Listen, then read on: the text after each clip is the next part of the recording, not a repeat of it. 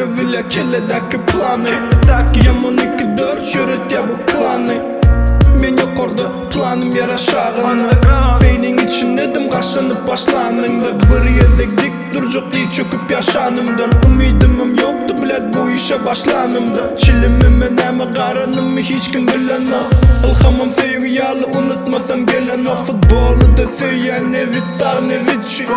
İmenim halayan men levaktanım fitçi Dayzalardan meteorgan işgalleri geççi Olur meni gözleye deyip yaman rapçi Yaman 2-4-3 kanun olay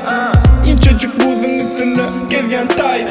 Bu işler korkulu bulmağım mümkün mayıp Leş onu da bu yaman dilini deltayım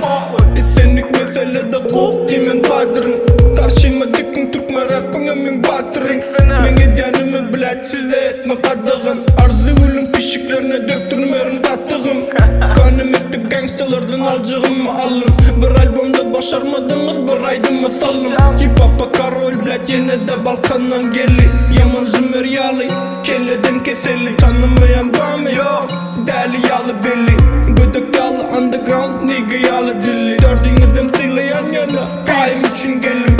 Boş dönmeyeceğim scar flow'umdan belli Ama kulluk ece mikrofon ve kulukluk Nevittan köçelerde penceresiz oldu Oldukça problemi köpel yapıl tersine Polis beni tapacak olsa gelsin sesime VIP'ler karışsın boşların vakti değil Sesimi eşten açar sesimi katıdım Attığın sizin boya yüzünüzü attanıp Tırnak hip hop'u yiyen beatime battırıp Yazacak sevgi bari de yetse siz baylığım Bak açtı alham verip de vaktine aylığım Men aydımımı dinlemene korkanım ba Bilal Türkmenistan'ı erkekler katı al Kavirini kış basından bu sözlerim bulur ya Ne iyilik bilir yan lirika bilen saf Dosyama koçede el sallap diyene neyli Yamanı yaman dertler Bilal soktu beri Kısaca aydımda köpünüm keltesi Kulağınıza halka olsun yamanın sesi Kelleden ayrılın o kapüşon maydada